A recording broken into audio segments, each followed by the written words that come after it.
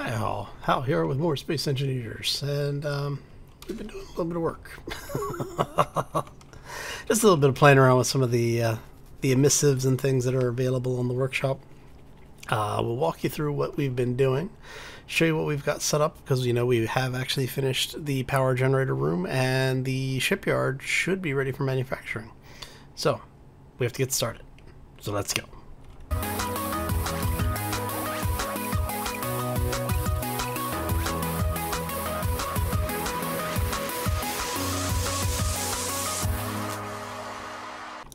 So happy Wednesday, everybody. Hopefully you're having a fantastic week thus far. And apparently, I got a little crazy with the paintbrush again. Okay. So what we have been doing is there is a mod that's been on the workshop for a little while now.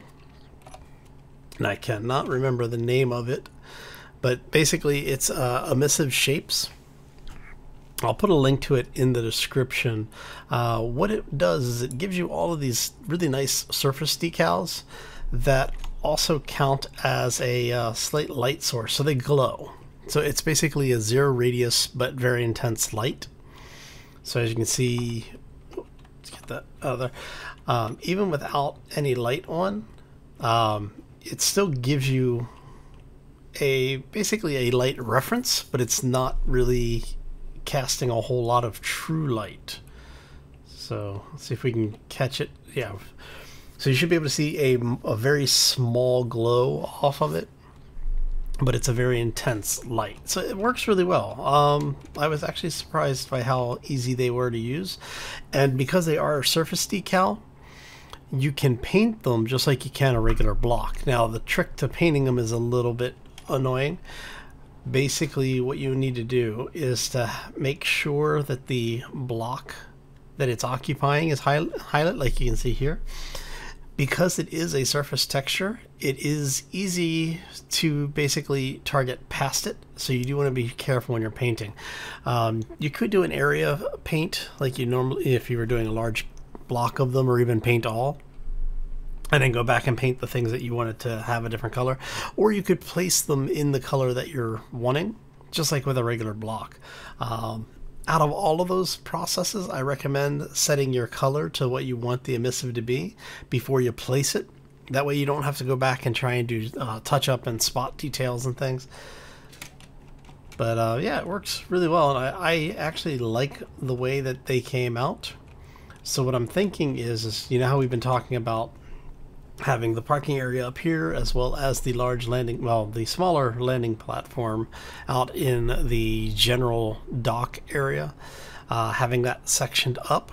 I'm thinking we're going to end up using those to give us our lines. Yeah. Okay. Anyway, let's get inside here, because I know what you're really interested in is taking a look and seeing how the power system came out. And we'll just wander ourselves up here. I did add more lights. Well, I added lights to the hallway, so you know we can actually see what we're doing in here now. Head on upstairs. If you're not dizzy yet, don't worry. There's only a few more flights to go. There we go. And let me turn it off. Our power room. So if you remember last time we were together, we went ahead and placed the heavy water generator. We put the cold fusion system in. I went ahead and punched a hole in the floor, brought a couple of conveyor block junctions in, and then we put the sloped air vent in so that we would be able to pressurize the room, which is very, very nice. We have added 5 more batteries, and most importantly, we put in the a programming block. Pardon me, a timer block. So the timer block is the general shield system. So what we were talking about doing before, and I've started going through the process of doing this, is you have a panic button everywhere except security, right? Security actually will have 2 buttons. There will be one to activate and one to deactivate the shields and protection systems. So if you happen to be here, you see a hostile pop up on your HUD, and you're near any of the panels, you can come over, you hit the button, and it turns on all of the shield systems. I'm not going to do it right now because I don't have an easy way to disable all of them, at least right this second. We will be building that out a little bit later. It's just an inverse of what we have. Basically, this timer block, when you trigger any of these panels, only turns on the system. And what we have to do is we'll have to go into the security area to turn off the system. So if somebody hits the button, basically it allows you to start powering systems up immediately without having to go all the way down to the security area in order to turn the shields on. Now, when you're ready to turn them off, you will have to go all the way over there to turn them off.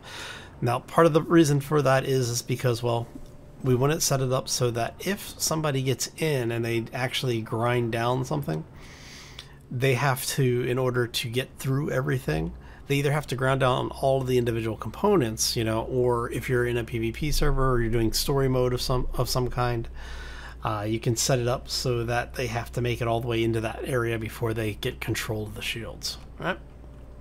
And all of our batteries are set up. We have set an emergency power battery, which you can see down there. We've done labeling on our LCDs, and we did install on that programmable block the M-Master's automatic LCD 2, which is controlling all of this, which, you know, if anybody who's watched the channel more than 1 or 2 videos probably knows that I really like this script.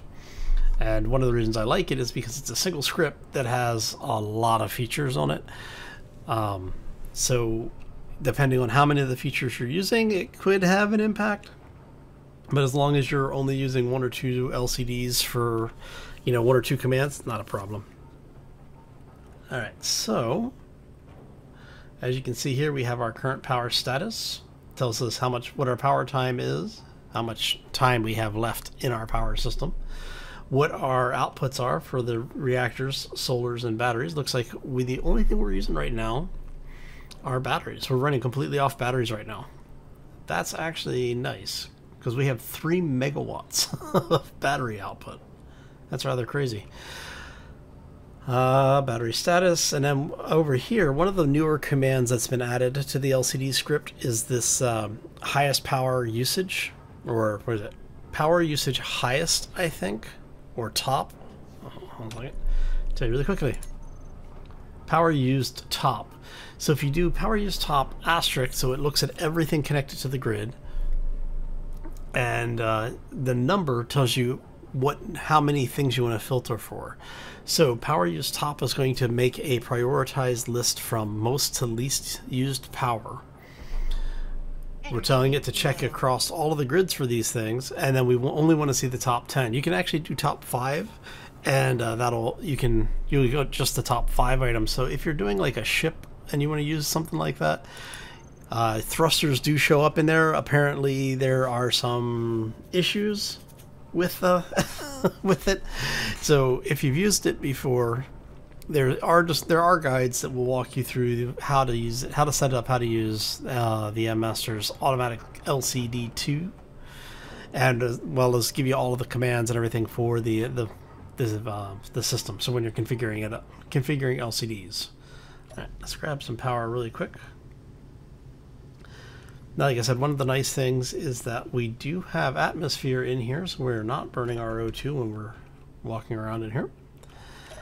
Eventually, this area will be pressurized as well, but wanted to show you, let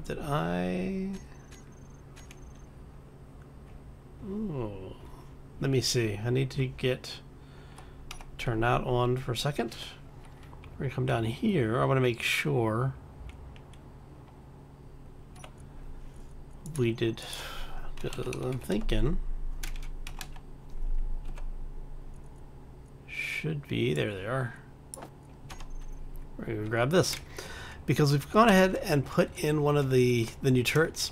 So the turret that I wanted to use requires about, you know, the cold fusion reactor. I need one of those just to power that weapon system. This one is significantly less power, but it works. So yeah, let's see here. Do I have... You're going to be pulse laser turret. So we're going to head down here for a second, because I want to see if we can use this from here. Okay, so when you're setting this thing up, you have the normal, you know, on, off, shoot once, whatever. Aiming radius. You can take this thing out to 1,000 meters. Now, by default. And I'll show you what we can do here. So you have normal settings. Obviously, I always turn off the turrets for missiles and meteors for the larger turrets, because the chance of them hitting, even if they do, it's better for them to be shooting at the things that are launching those missiles, and then put in smaller turrets that are specifically set up just for meteors and missiles. So you'll see me use the vanilla autocannons for those, because one, they have a shorter range, and two, you can put more of them out for a lot less material. So one of the things you will notice over here in the bottom right corner is it's telling you how much power these things are taking, right? So maximum input is 810, we'll split the difference, call it 811 megawatts. The required is considerably more than that, so I'm not quite sure what they're doing in here to factor this. Now, I'm thinking this is if everything is set to 100%, and I'll get to that in a second. So if you notice here, our range is now over twice the distance that it's supposed to be, because if you come down here, you have these wonderful little things. So if you want to increase range, you do 200. You can adjust your range to say I want it to be able to go, you know, any fraction thereof as a multiple of the base power system. Damage is the same way. So if you notice, normally you have 2570. We can take that up to over 5,000, which is awesome. And I'm wondering if it's because of the way it's scaling. When you set it to 200%, it should only be 2,000 meters, but we're getting 2,200. So I'm guessing that there's something in here with the floating decimal somewhere.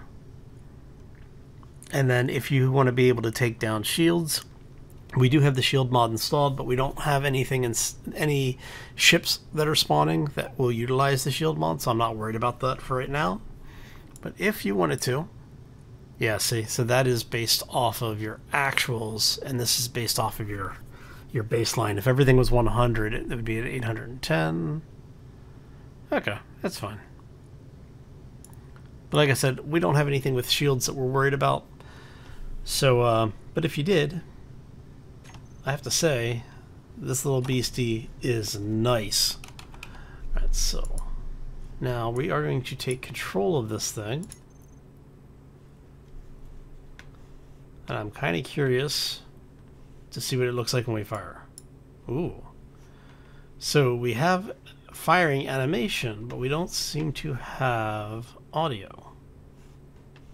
I'd love to know how much damage these things are doing. It's out of ammo. What do you need for ammo?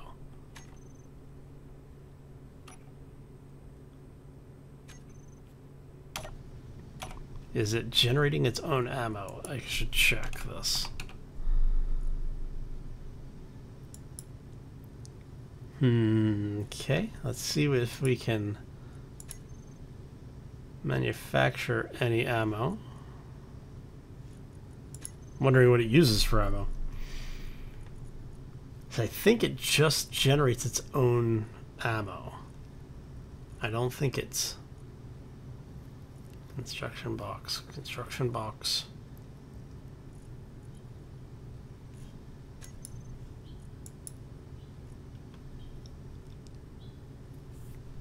All right, let's try.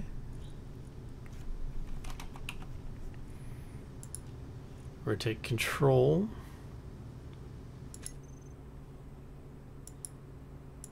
Okay, so it was launching something. I'll have to install the ammo mod to see what it's taking for what it's looking for ammo. Alright, so, but we do have heavy weapons now, and the next time something gets into range of us, we will have the ability to shoot it down, hopefully. And that's if we can figure out what ammo we need for it. But we have weapons. Alright, so let's get up this way, because we're going to go up, and then we're going to go down. Alright, so I showed you last time we have all of these neat little things built in down here. I may put a bobbin here, just because. Alright, head over here really quick. So we now have a shipyard online. Alright, so what we're going to do is I'm going to... I want... Oh, I don't have any steel plates. What do I have on me? Interior plates. Okay. That actually works, because what we're going to do... Let's get rid of that for a minute. Grab our interior wall. And we're going to flip this to... let's go 3. Alright. So now the reason I'm doing this is because... auto-rotate. There you go. If I had wanted you to be the other way, I would have set you the other way. Make sure everything is lined up appropriately. Yes, yes, and yes. Okay. Just basically using it for texture, because it doesn't really need to do anything from here. And then what we are going to do... a landing gear. Let's go ahead and take the emissives off here. There we go.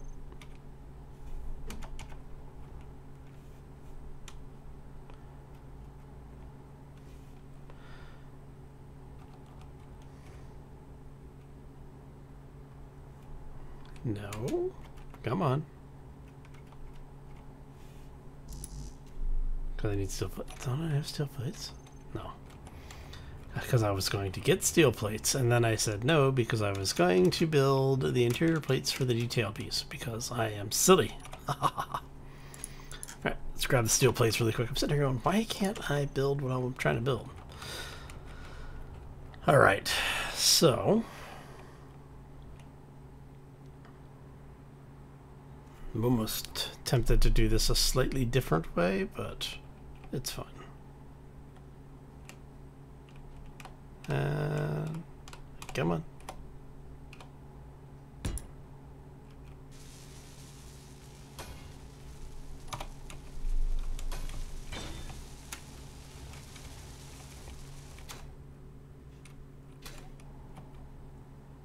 Awesome. All right. So now what we're going to do is we're going to grab, let me see, maybe a solar panel. I might do a solar panel. Probably just do a small reactor. Just be done with it. We'll just do a small reactor.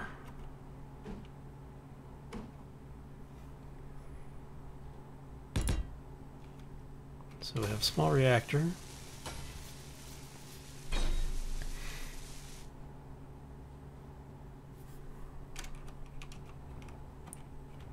All right.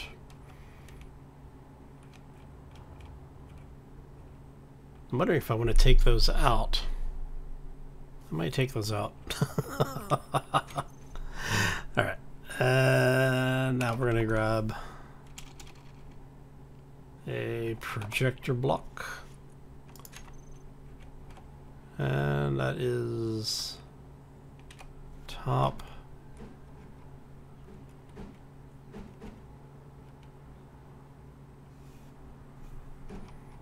See, I miss having the control panel on these things from years ago. Did they? What do you need? You need to be welded up. Okay. See, because there used to be on one side. I vaguely remember there being a control panel on these. I may be wrong, but alright. Anyway, so that gets us our control panel, or our control panel. That gets us our holographic projector. I'll have to figure out which way is forward, I think. I want to say it goes, the oblong shape is forward and back, and that's front and, or I don't know. I have to remember. I'll have to play around with it, but that's okay. We're not too worried about it. So we're gonna go for you are going to be the block we attach to. There, and it's gonna be the block we cut from. So I'm thinking I am probably gonna take this whole thing apart, take these out, and move the landing gear back here. Oh, sun went down. Okay, so that gets us the basic stuff. Now, to show you what we were talking about doing before, to make this a single-use item, well, it's a reusable item that has multiple purposes, right? So what we are going to do is go ahead and move you out of there. We're going to grab a normal rotor. You do not need an advanced rotor to do this. We're going to put the rotor in, take the rotor part out, come over here, we're going to find our rotor, and you want to scroll down here to add a small rotor head, and it's going to weld it up. Now the reason we did this is so that we can then go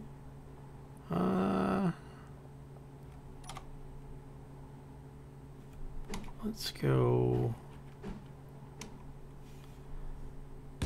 like that.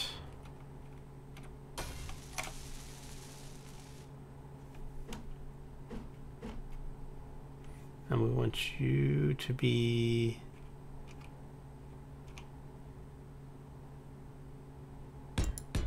that. And then what this allows us to do, I don't think I can make these small, can I? I don't think there's a small grid version of these. Yeah. That's okay. It's fine. Alright. So let's go ahead and get this off of here and grab one of these and put it there. So what that will allow us to do is to take some uranium, throw it in this reactor, and be able to power either a large or a small holographic projector. So we can use one setup for both large grid or small grid building. Now for this one, because of the fact that we have to get past that, bring this out so that it goes to there. And then if you don't need it, like if you decide you want to build a large grid instead, you can just grind that back a little bit.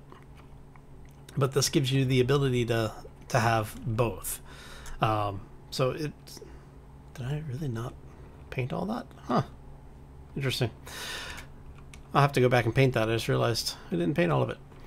So yeah, but because I had a couple people asking, you know, how would you do if you wanted to do something like this? And somebody was like, oh yeah, well you just do this. And you know, I agreed with them because that's the way I do it. So, so I wanted to go ahead and get that in. So we now have projectors. Let me grab some uranium. Make sure this still works.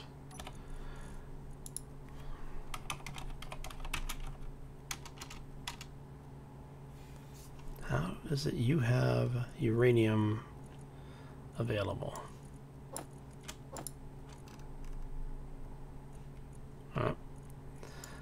And we are going to get right. You know what?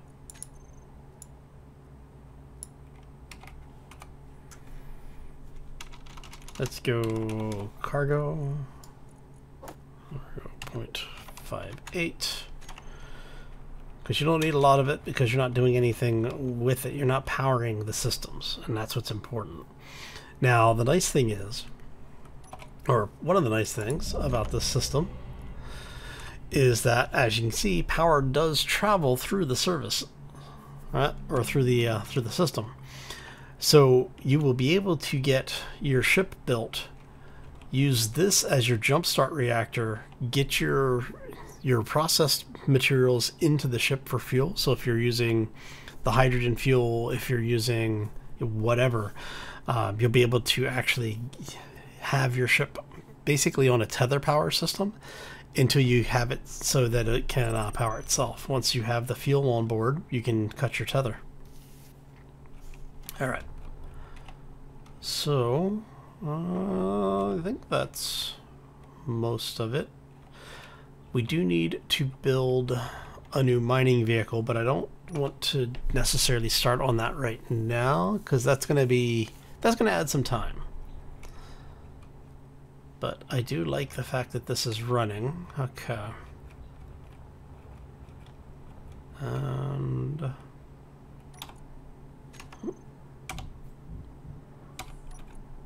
let's try that again. All right, so we have the large projector and we have the small grid projector. We're gonna change this one up. And we want to make sure we have these identified so that we can find them quickly in the case we need to for some reason.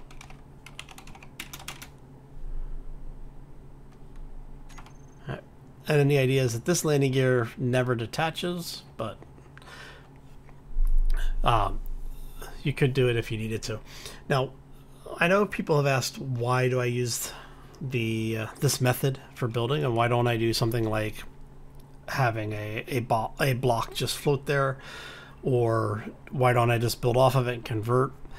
Part of the reason is because with space engineers, if you build onto a station, whatever you build, even if you separate it from the primary build, remains a station until you can convert it.